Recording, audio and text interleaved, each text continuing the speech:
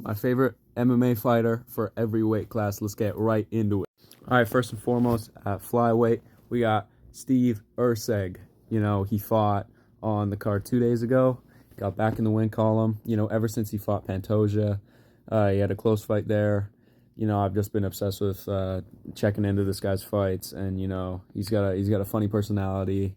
He's a great guy, great fighter, great striking, great grappling.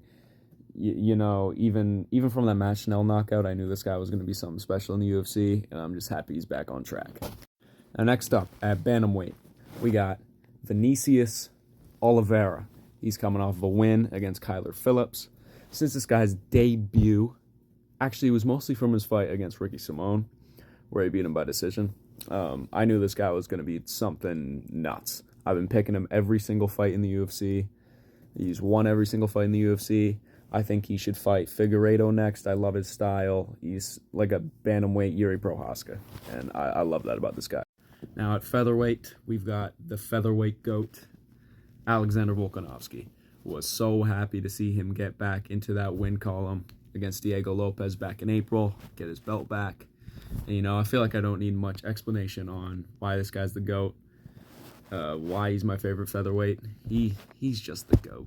Now for lightweight, again, a popular pick, Charles do Bronx Oliveira. You know, it was devastating to see him lose his last fight in the way that he did. You know, he's getting up there in age. He's booked against Rafael Fiziev. I'm a little fucking nervous about that fight, I'll be honest, but, you know, this guy's just the fucking...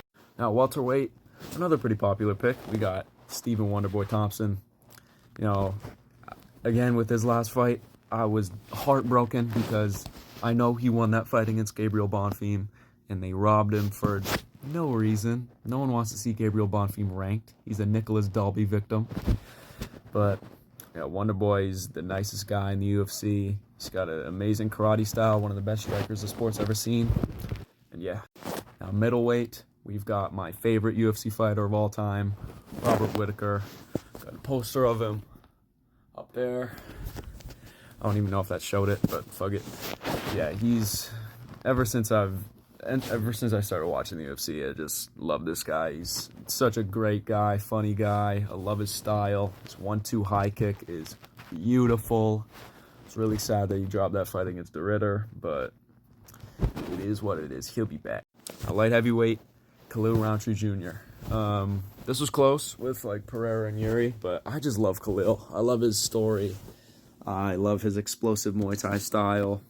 You know, the career resurgence he's had from taking losses to dudes like Marcin Prachnio and Mikhail Oleksiejczuk to going up and beating guys like Jamal Hill and fighting for the title and winning rounds against guys like Alex Pereira. It's sensational, and I hope he gets that dub against Yuri, although I do love Yuri, though. Now, finally, my favorite heavyweight, and probably my second favorite UFC fighter of all time, we got the Black Beast, Derek Lewis. I love that guy, man. I was so happy to see him beat Talson Teixeira. Not gonna lie, I did pick Teixeira to win. I'll own that, but he's just the GOAT, man. He's the funniest guy the UFC's ever seen. He's such a character. He's so entertaining. I hope he fights forever. I hope he never retires. He's GOAted.